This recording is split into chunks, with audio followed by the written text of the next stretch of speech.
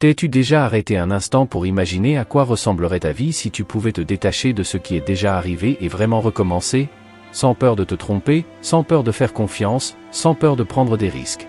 À quoi ressemblerait le fait de tout réinitialiser, de regarder vers l'avant et de décider d'agir avec intention, clarté et courage?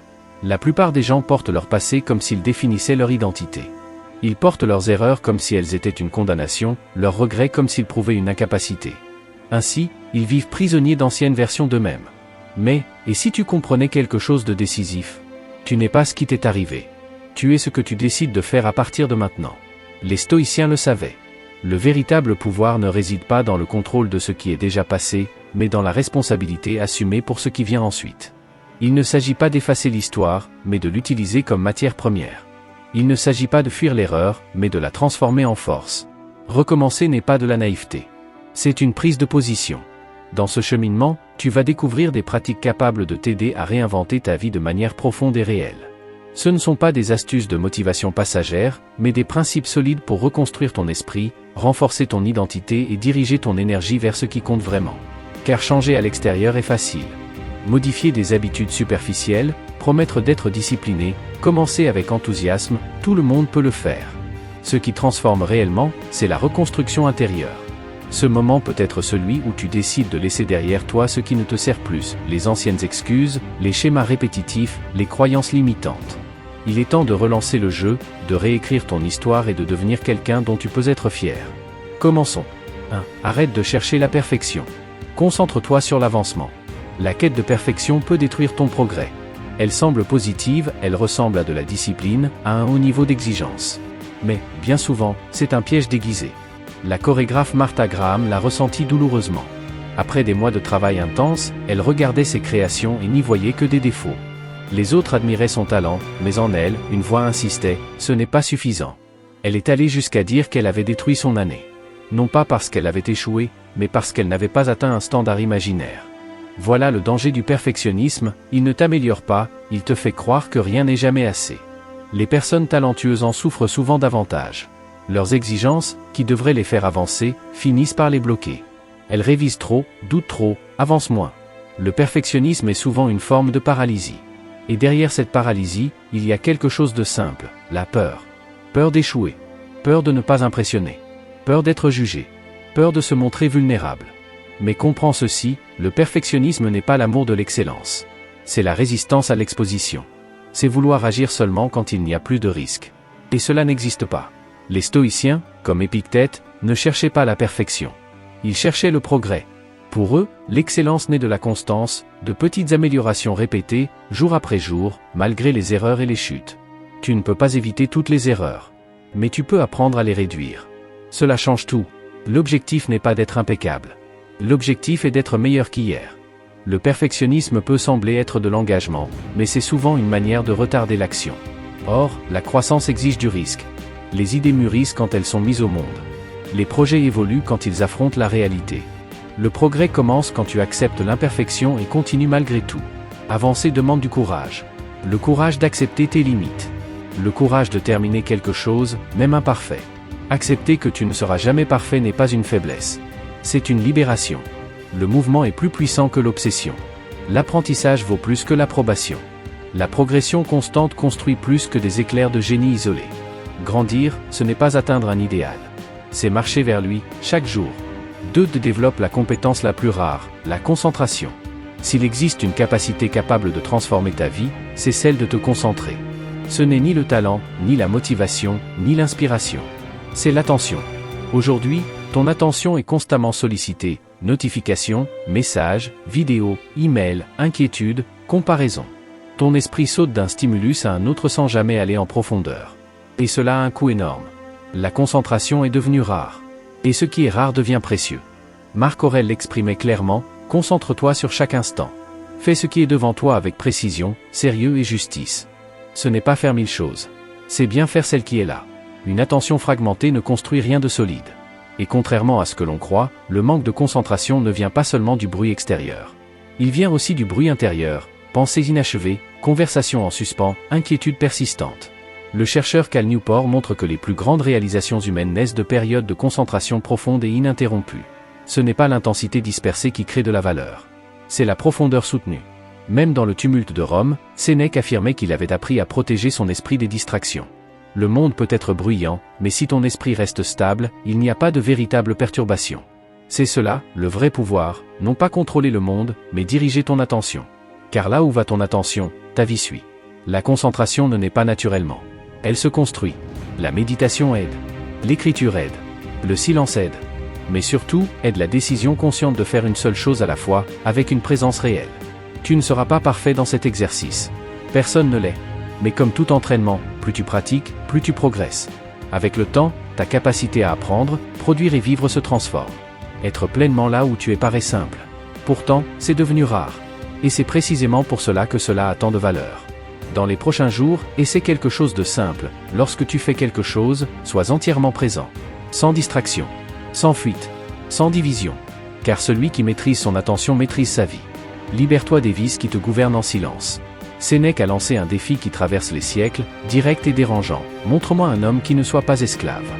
Cela peut sembler exagéré. Mais ce ne l'est pas. Il observait quelque chose que peu osent admettre. Même les plus puissants portaient des chaînes invisibles.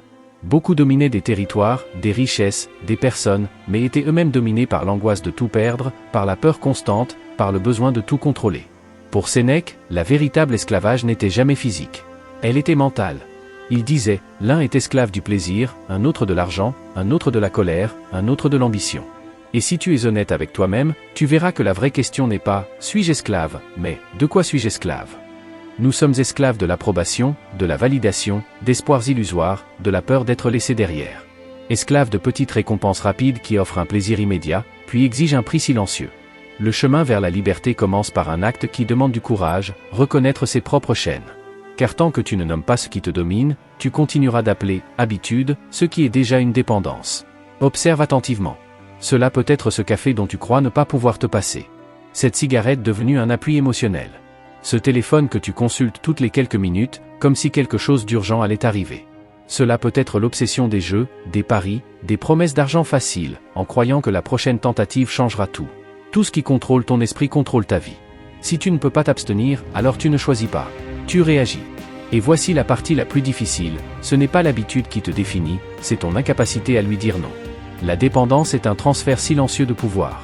Tu échanges ton autonomie contre un plaisir momentané. Et plus tu répètes, plus la chaîne se renforce. Certains vices peuvent être coupés net. D'autres reviennent sous une autre forme.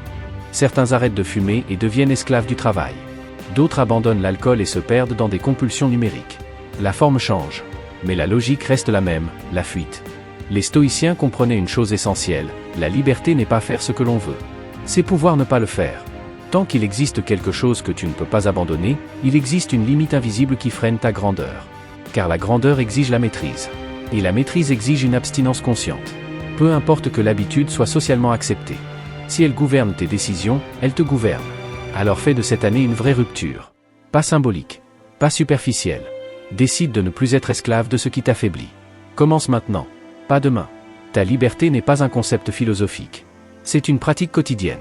Et ta grandeur dépend de ce que tu choisis de ne plus nourrir. 4. Le pouvoir d'une nouvelle posture. Tu dois changer ton esprit, pas de lieu. Car tes défauts te suivent partout. Sénèque. Cette phrase dérange. Et c'est précisément pour cela qu'elle est puissante. Une illusion silencieuse nous poursuit, croire que le problème est toujours extérieur, dans l'environnement, les autres, le pays, le travail, la relation, la période de vie.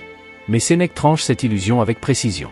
Tu peux changer de ville, de maison, de travail, mettre fin à des relations, mais si ton esprit reste le même, ta réalité restera la même. Imagine quelqu'un qui déménage en pensant que sa nouvelle adresse lui apportera paix et équilibre. Il change de décor, respire un nouvel air, mais quelques semaines plus tard, le chaos revient, le désordre s'installe, l'anxiété réapparaît. Pourquoi ? Parce qu'il a emporté avec lui ses habitudes, ses réactions, ses schémas invisibles. Changer le décor ne transforme pas le personnage. Sénèque disait encore plus directement, la maladie suit le malade. Si l'esprit est confus, le monde semblera confus. Si l'agitation est intérieure, aucun lieu ne semblera suffisant. C'est comme changer le décor d'un film sans changer le scénario. Le paysage change, mais l'histoire reste la même. Et voici le point décisif. Les changements extérieurs soulagent. Les changements intérieurs transforment. Si tu veux des résultats différents, tu dois agir à partir d'une identité différente. Il ne s'agit pas d'abandonner qui tu es. Il s'agit de faire évoluer ce que tu as été jusqu'ici. Reconnaître que le problème vient en partie de soi est inconfortable. Il est plus facile de blâmer le travail, la famille, le système. Mais il y a quelque chose de profondément libérateur dans cette responsabilité. Car au moment où tu reconnais que tu portes une part de la cause, tu découvres aussi que tu portes une part de la solution. Le stoïcisme n'enseigne pas la fuite. Il enseigne le positionnement. Il enseigne que la véritable force ne consiste pas à éviter l'inconfort, mais à le traverser avec lucidité. Cela demande des actions concrètes, examiner ses habitudes, questionner ses croyances, interrompre ses automatismes. Cela demande la maturité de dire, si cela continue, peut-être que je dois changer ma posture. Le progrès ne naît pas de transformation spectaculaire. Il naît de petites décisions répétées avec constance. Fuir est facile. Changer est inconfortable. Mais c'est cet inconfort qui forge le caractère. Beaucoup se réfugient dans les distractions, travail excessif, réseaux sociaux, divertissement constant. Non pas par faiblesse, mais parce que se confronter à soi-même est l'un des défis les plus exigeants. Sénèque l'avait compris. La paix n'est pas géographique. Le bonheur ne dépend pas d'un lieu, mais d'une posture. Le véritable voyage commence quand tu cesses de chercher ailleurs, et que tu commences à te reconstruire toi-même. Alors, au lieu de demander « Où dois-je être ?», demande « Qui dois-je devenir ?» Car le changement ne se trouve pas dans le monde extérieur. Il réside dans la manière dont tu choisis de te positionner face à lui. Souviens-toi, l'environnement influence, mais c'est ton attitude qui détermine la direction de ta vie. 5. Arrête de chercher l'approbation des autres. Il existe une prison dont presque personne ne se rend compte. Elle n'a pas de barreaux, pas de cadenas, pas de gardien.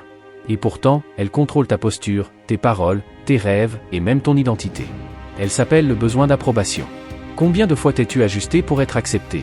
Combien de fois as-tu adouci ton opinion pour ne pas déranger ? Combien de fois as-tu fait semblant d'être d'accord ? Combien de fois t'es-tu diminué, pour ne pas te démarquer ? As-tu déjà caché ton intensité ? As-tu déjà dissimulé tes projets simplement pour rester acceptable ? Tout cela, pour tenter de contrôler quelque chose qui ne t'a jamais appartenu, le regard des autres. Voici une vérité à la fois libératrice et dérangeante, personne ne te voit tel que tu es. Les autres te perçoivent à travers leurs propres blessures, leurs croyances, leurs insécurités. Tu peux être intègre, quelqu'un te trouvera arrogant. Tu peux être réservé, quelqu'un te jugera froid. Tu peux être ambitieux, quelqu'un te qualifiera d'égoïste. Le jugement ne naît jamais uniquement de ton comportement. Il naît du filtre de celui qui regarde. Et si ta paix dépend de ce filtre, alors tu ne connaîtras jamais la paix. Au début, vouloir plaire ressemble à de la maturité, à de la politesse, parfois même à de l'empathie. Mais peu à peu, cela cesse d'être une vertu pour devenir une stratégie de survie émotionnelle. Tu commences à vivre tourné vers l'extérieur. Tu calcules les réactions, tu ajustes ton essence. Et sans t'en rendre compte, tu ne vis plus, tu joues un rôle. Voici la réalité la plus dure. Même si tu te plies, si tu te modèles, si tu te fragmentes pour correspondre aux attentes des autres, il y aura toujours du rejet, toujours des critiques, toujours quelqu'un pour ne pas reconnaître ta valeur.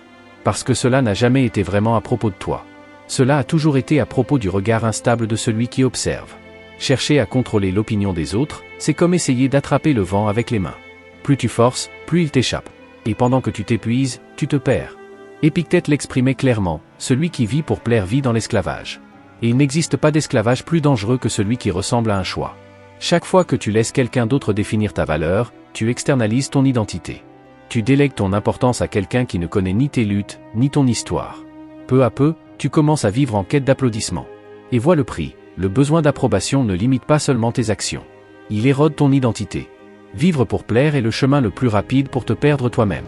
Et personne ne construit une vie solide en s'éloignant de sa propre essence. Accepte ceci, il y aura des gens qui te jugeront sans raison. Certains ne comprendront jamais ton intensité. D'autres projetteront sur toi leur propre frustration. Ce n'est pas une erreur de ta part. C'est une réalité humaine.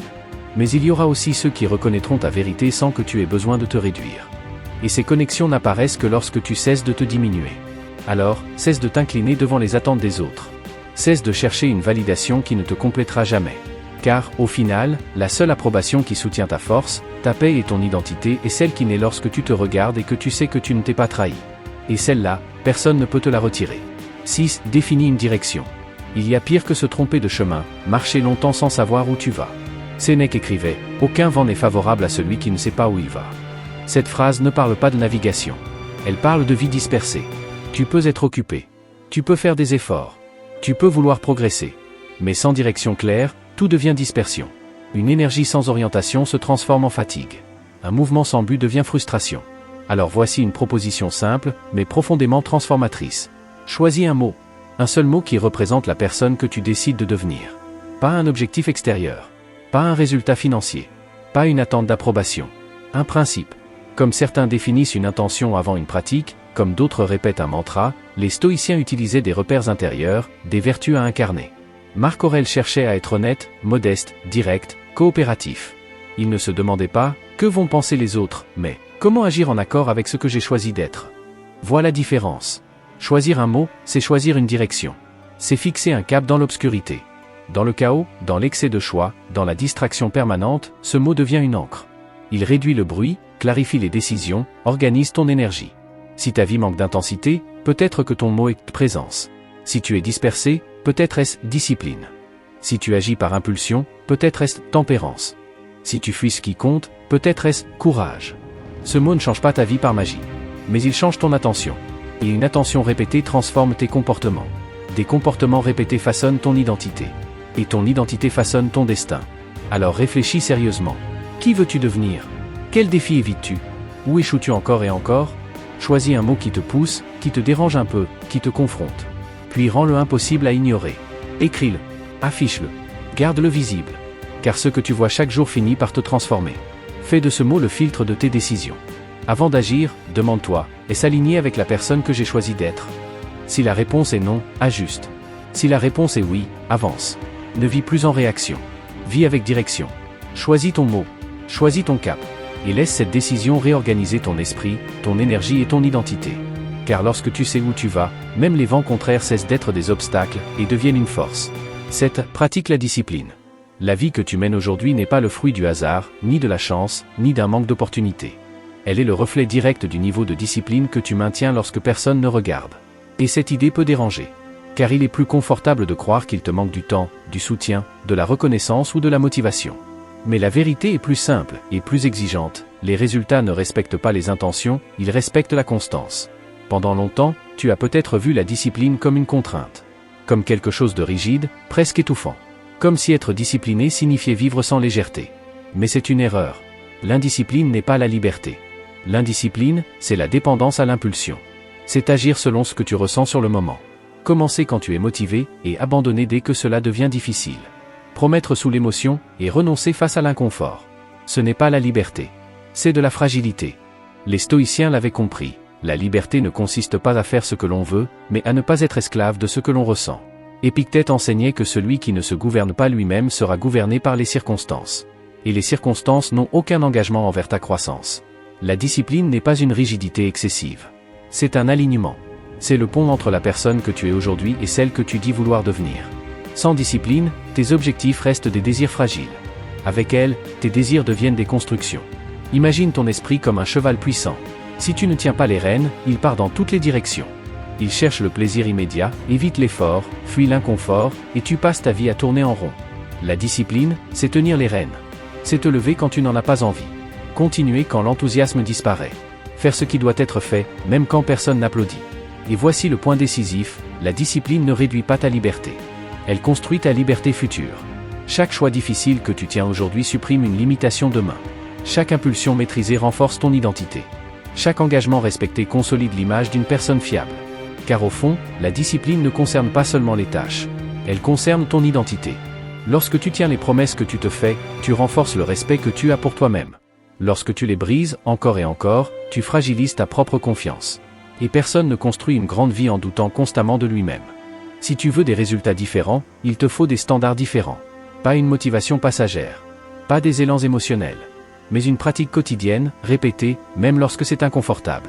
La discipline, c'est choisir ton futur plutôt que ton impulsion. Alors cesse d'idéaliser une liberté basée sur le désir immédiat.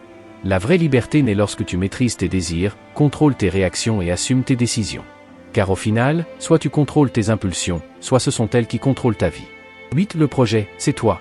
Personne ne viendra te construire. Il n'existe pas de mentor invisible façonnant ton caractère.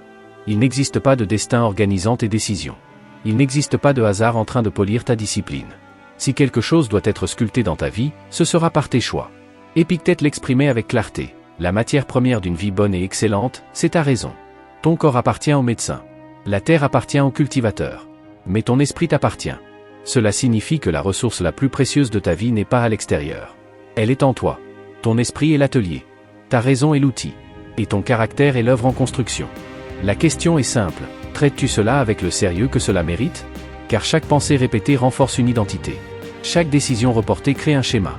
Chaque distraction acceptée façonne ton futur. Tu ne fais pas que vivre des jours ordinaires. Tu es en train de devenir quelqu'un. Tu es le projet le plus important de ta vie. Ce n'est pas ton statut. Ce n'est pas ton image. Ce n'est pas ta réputation. C'est ta structure intérieure. Si ton esprit est confus, ta vie sera confuse. S'il est faible, tes décisions seront fragiles. S'il est clair, ta trajectoire gagne en puissance. Avoir de la clarté, ce n'est pas seulement savoir ce que tu veux.